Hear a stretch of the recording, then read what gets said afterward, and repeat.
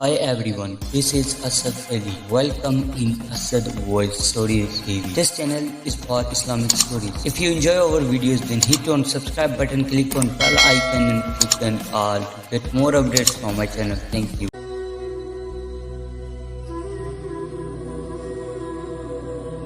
حضرت لوط علیہ السلام اور صدومی قوم۔ ہزاروں سال پہلے بحیرہ مراد کے جنوبی علاقے میں ایک شہر تھا۔ یہ شہر صدوم کہلاتا تھا اور یہاں کے باشندے صدومی کہلاتے تھے۔ یہ پرلے درجے کے بدکار، بے ایمان اور بڑے ہی ظالم لوگ تھے۔ وہ ہر کمزور پر ظلم کرتے اور نوعمر غریب اور مسافر لڑکوں کو اپنے غلام بنا لیتے، اور ان کی ہدایات کے لیے اللہ تعالیٰ نے حضرت لوط علیہ السلام کو اپنا رسول چنا۔ حضرت لوط علیہ السلام حضرت ابراہیم علیہ السلام کے بھتیجے تھے۔ حضرت لوط علیہ السلام انہیں سیدھا راستہ سمجھانے کی کوشش کرتے، لیکن وہ لوگ آپس میں کہتے کہ کیوں نہ ان کو اور ان کے گھر والوں کو اس شہر سے نکال دیا جائے۔ اسی طرح کافی عرصہ گزر گیا۔ جب وہ لوگ ظلم سے باز نہ آئے تو اللہ تعالیٰ نے عذاب کے فرشتے حضرت لوط علیہ السلام کے پاس بھیجے۔ یہ فرشتے شام کے وقت نوعمر لڑکوں کی شکل میں حضرت لوط علیہ السلام کے گھر پہنچے۔ انہیں دیکھ کر حضرت لوط علیہ السلام سمجھے کوئی مہمان مسافر ہیں۔ انہوں نے سوچا کہ کہیں صدوم کے ظالم لوگوں کو ان کے آنے کا پتہ نہ چل جائے۔ وہ جانتے تھے کہ وہ ظالم لوگ ان لڑکوں کو زبردستی اپنے غلام بنانے کے درپے ہو جائیں گے۔ ان کی بیوی غدار عورت تھی۔ وہ ان لڑکوں کے بارے میں صدومیوں کو بتا آئی۔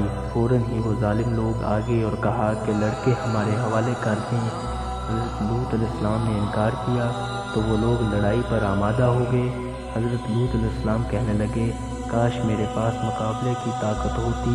ان مہمانوں نے حضرت لوط علیہ السلام کو بتا دیا، فکر نہ کریں، یہ لوگ آپ تک نہیں پہنچ سکتے، ہم اللہ کے فرشتے ہیں، یہ کام آپ کی دشمنی بن گئی ہے، اس لیے ان پر اللہ کے حکم کے مطابق عذاب کریں گے۔